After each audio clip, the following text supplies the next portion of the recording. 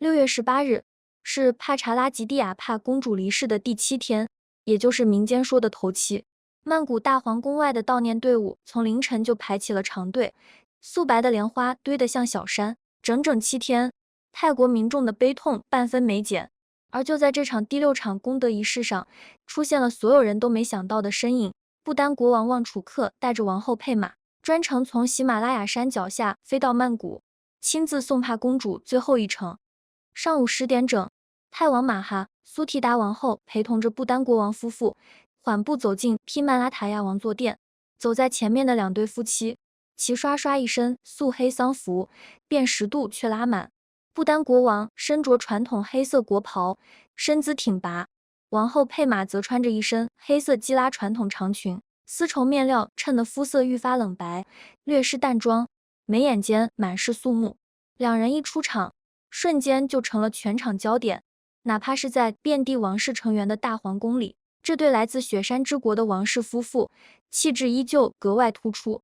仪式开始前，两人先是走到帕公主灵柩前敬献花圈，不丹国王还伸手仔细整理了花圈上的缎带，随后双双鞠躬致哀，动作虔诚又郑重。礼毕后，他们在皇家吊唁簿上签下名字，一笔一画都写得格外认真。与其说是外国王室的外交吊唁，倒更像是送自家亲人最后一程，那份沉甸甸的诚意，隔着屏幕都能感受得到。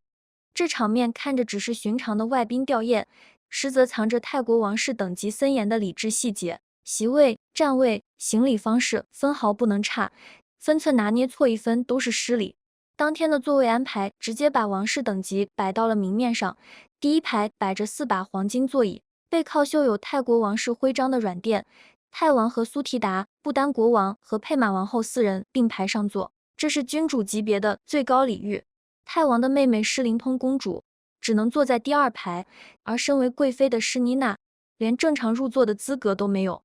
有现场镜头拍到，仪式开始前，施妮娜是跪着爬进大殿的。她先是屈膝爬到施灵通公主面前行礼问好，再慢慢挪到旁支公主身边打招呼，一路跪到自己的位置上，才敢缓缓起身站定。整场仪式里，她全程被前排的座椅挡住，连正脸镜头都没几个。外国贵客在场的场合，泰国王室的等级规矩反倒卡得更严，妾室就是妾室，哪怕有册封，也登不上核心台面。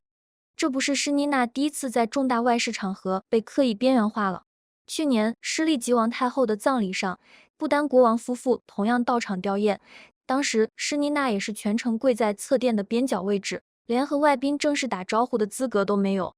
更有意思的是，佩玛王后的态度。施妮娜跪地向她问安的时候，她神色平淡，微微点头示意就转过了头，全程没多说一句话，摆明了站在闺蜜苏提达这边，只认苏提达这一位王后。这种站队看似简单，实则是外交场合的潜规则。外国王室到访，只承认正宫王后的身份，贵妃再受宠，也上不了正式的外交台面。施妮娜自己也懂这个规矩，所以全程安安静静跪着行礼，没有半分逾矩的举动，连抬头的次数都很少，生怕自己抢了镜头。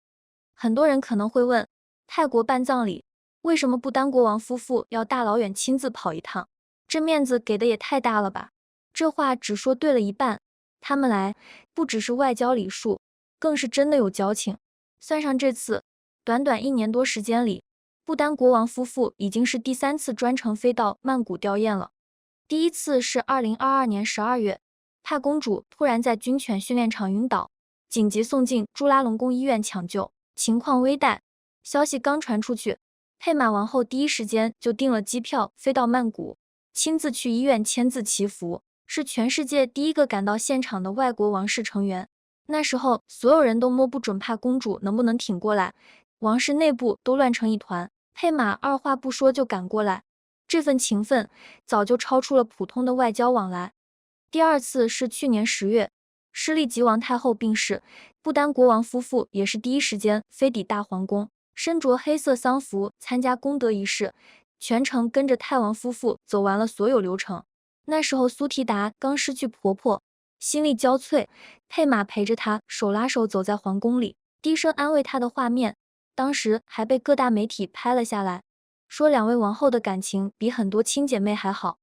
而这一次怕公主离世，不丹王室的反应更快。6月11日噩耗刚传出，当天不丹王室就在国内扎什曲宗大殿举办了正式悼念仪式，国王、王后、王太后，还有整个王室成员全员到场，点燃1000盏酥油灯，请来高僧诵经祈福。不丹国王还亲自在社交平台发文悼念，没有官方套话，字字句句都在肯定帕公主的功绩，说她一生投身司法，守护妇女儿童权益，是真正把民众放在心上的人。不丹人民和泰国人民一同悲痛。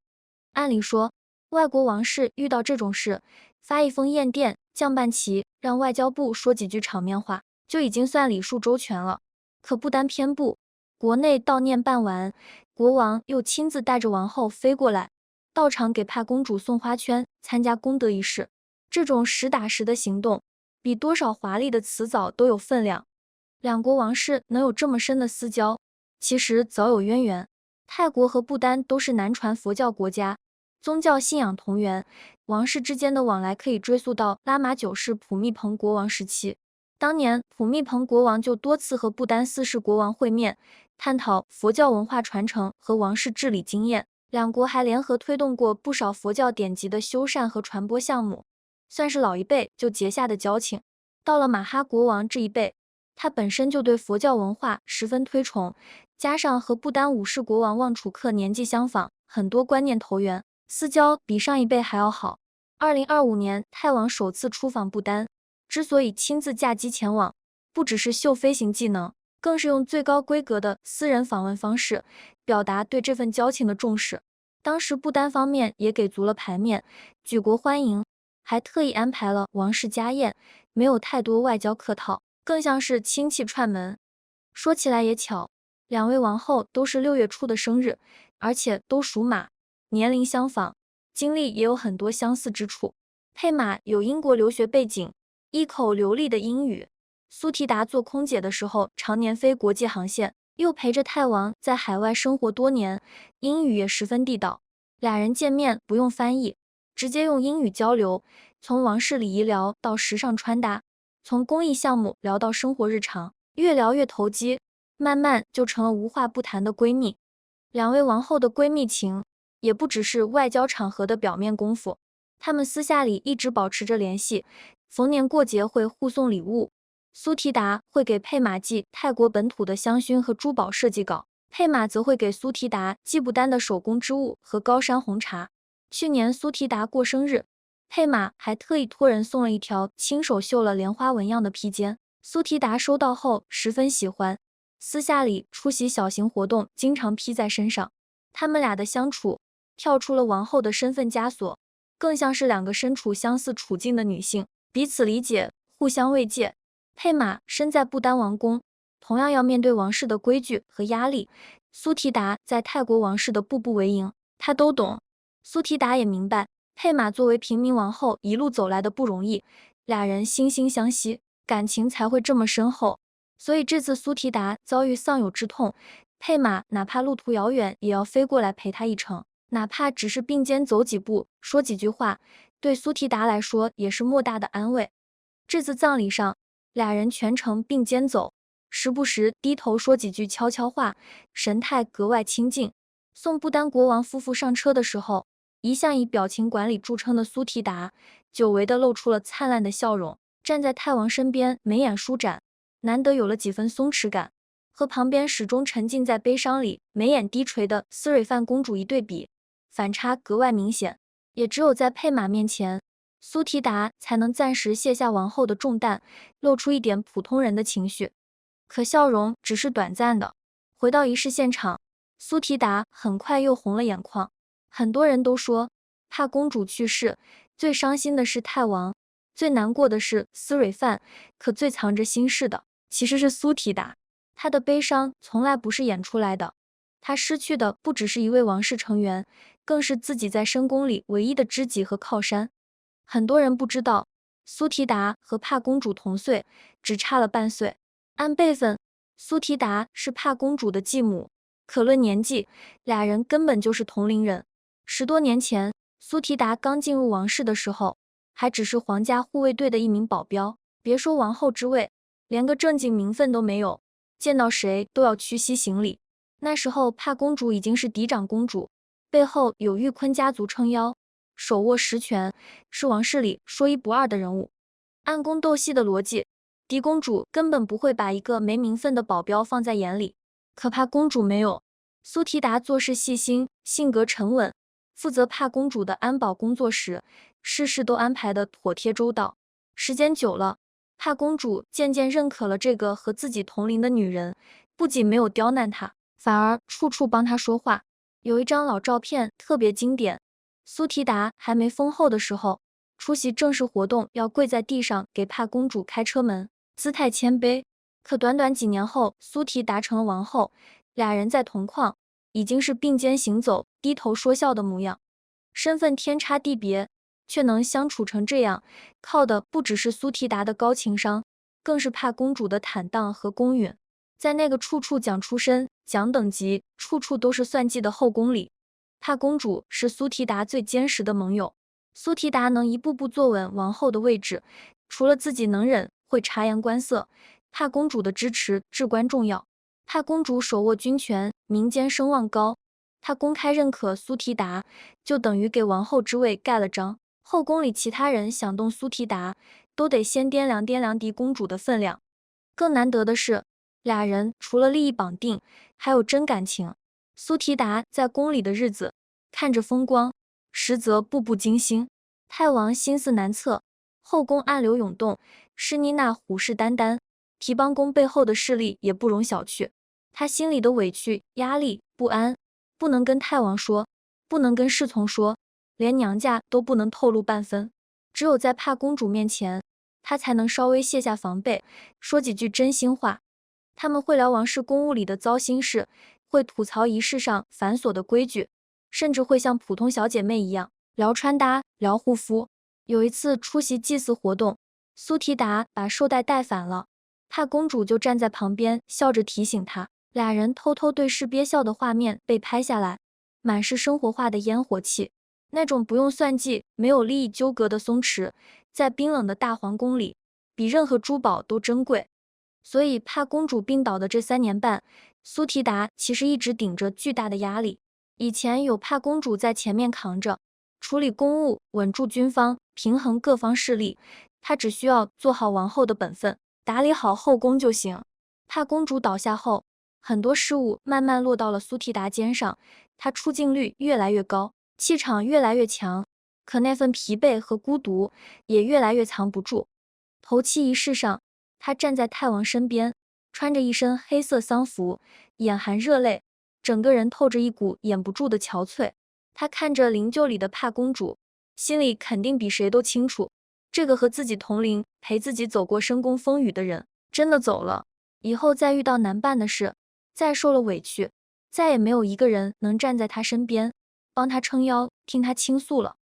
很多人当天也注意到，此前专程从德国赶回，出席了夷陵大典和前几场核心功德仪式的提帮宫王子，并没有出现在头七这场仪式的现场。他不是没回国送姐姐，早在6月12日灵柩夷陵大皇宫当天，他就和思蕊范公主同乘一车抵达现场，全程走完了迎灵安凤的全部流程，只是头七这天没有继续守在大殿。对此王室没有额外官宣，但熟悉泰国王室行事逻辑的人都明白，这是太王特意做的安排。一方面，提帮宫的学业重心仍在德国，前几日临时回国奔丧已经耽误了不少课程。太王不愿他长期缺课，引发外界更多关于王储辍学回国夺权的无端猜测，反而扰乱葬礼的肃穆氛围。另一方面，前几场仪式上提帮宫情绪波动极大，多次靠在二姐肩头强忍泪水。太王心疼幼子，也不愿让他长期沉浸在悲伤里，便安排他提前休整。姐弟俩相差27岁，说是姐弟，其实更像母子。怕公主走了，最受冲击的就是他，只是他的身份注定了连悲伤都不能随心所欲地摆在明面上。这场葬礼上，各有各的悲伤，也各有各的处境。73岁的太王，不到1年时间里，先送走母亲，再送走最器重的女儿，肉眼可见的苍老了很多。守灵的时候，他头发乱了都没心思整理，当着所有人的面给女儿长跪不起，帝王威严碎得一干二净。他这辈子风光过，荒唐过，手握生杀大权，坐拥100亿身家，可到了生死面前，也只是个白发人送黑发人的普通父亲。思蕊范公主依旧坚守在灵堂，比起第一场仪式上的崩溃落泪，头七这天她沉默了很多，眉眼间全是疲惫。姐姐走了，她再也不能做躲在身后的小妹妹了，要学着撑起场面，要照顾弟弟提帮工，要接过姐姐留下的担子。短短7天，她好像一下子就长大了。而施妮娜依旧是那个最尴尬的存在，外国王室贵客在场，她连上桌的资格都没有，全程跪地行礼，悄无声息。她或许也清楚，怕公主在的时候，后宫好歹还有平衡，怕公主一走，苏提达的地位只会越来越稳，她的路只会越来越难走。整场仪式里，不丹国王夫妇的到来，就像沉重悲伤里的一点暖意。他们不远千里赶来，不只是给泰王面子，更是给帕公主本人的尊重，给这份跨越国界的王室情谊一个交代。泰国王室在东南亚权势滔天，可真到了低谷时刻，愿意放下身段亲自到场撑场面的，反而是这个偏安喜马拉雅的小国。老话讲患难见真情，王室之间的交往更是如此。顺境里互相捧场，锦上添花不算什么，逆境里愿意第一时间站出来，雪中送炭才是真交情。不丹不算富裕，国土不大，可在这件事上做得比很多大国都敞亮，都有人情味。